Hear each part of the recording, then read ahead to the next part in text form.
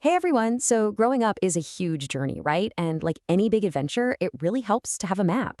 Today, we're going to map out some of the biggest changes you'll go through, from how your body develops to how you can stay healthy and, super importantly, safe. Let's get right into it. And you know what? It comes with a ton of questions. But that's not just okay, it's a great thing. Asking questions means you're taking charge of your own health. So let's tackle these questions head on and find the answers you need together. All right, let's start with the big one, puberty. Think of it as your body's natural upgrade from childhood to adulthood. It happens to literally everyone, but here's the thing. There's no right time for it to start. Your body has its own unique schedule, and that is perfectly okay. So what's actually happening during puberty? Well, it's all driven by hormones. They're like little messengers telling your body it's time to mature. For guys, that means things like your voice getting deeper and hair growing in new places. For girls, you'll see things like breast development and the start of menstruation. All of these are positive signs that your body is healthy and right on track. Okay, time for a quick check-in. We just mentioned a few changes for girls. Out of these options, which one is what we call a secondary sexual characteristic? And you got it, it's C, the development of the breast. So what does that secondary part mean? Well, think of it this way. Primary characteristics are the internal parts you need for reproduction, like the ovaries.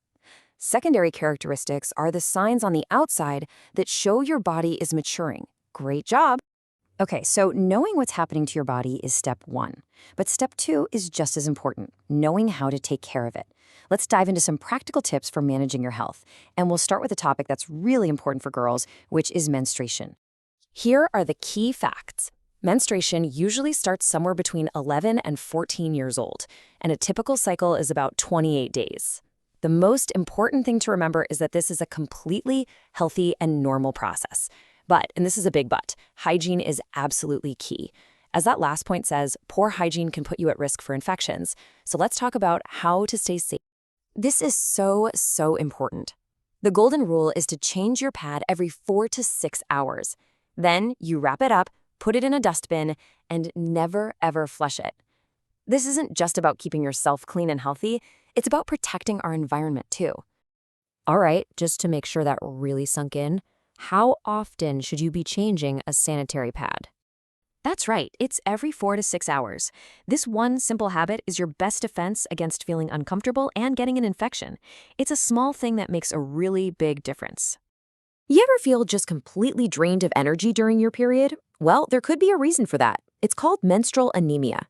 It happens when losing blood lowers the level of hemoglobin in your body, which is basically the stuff in your blood that carries oxygen to your muscles and brain.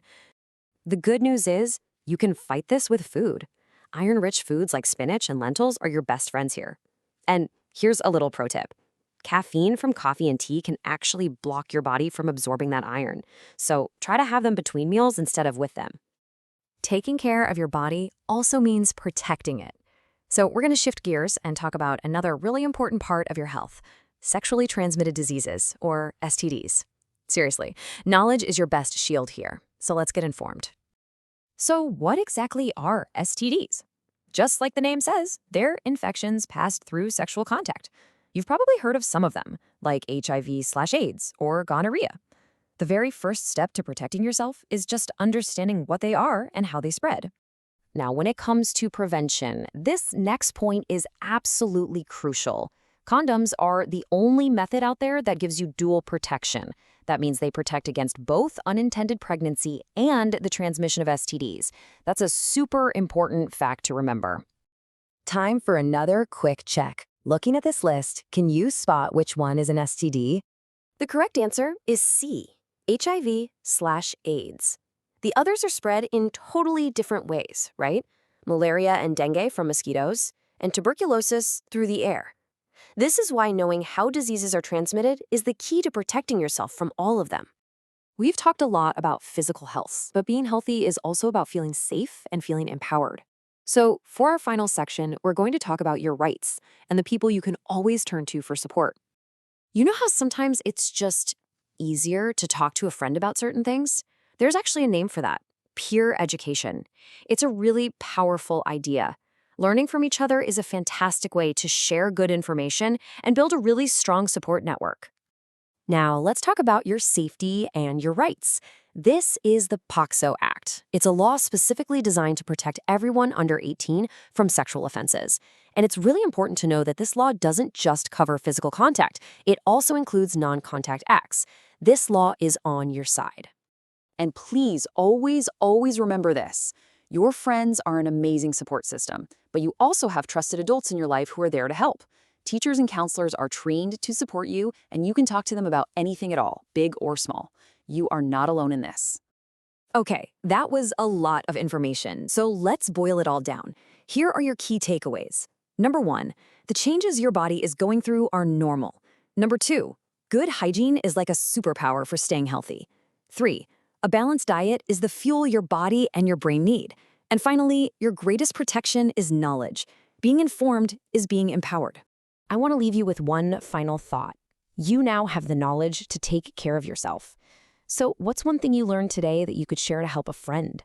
Because when we share what we know, we all grow healthier and safer together. Thanks so much for joining me.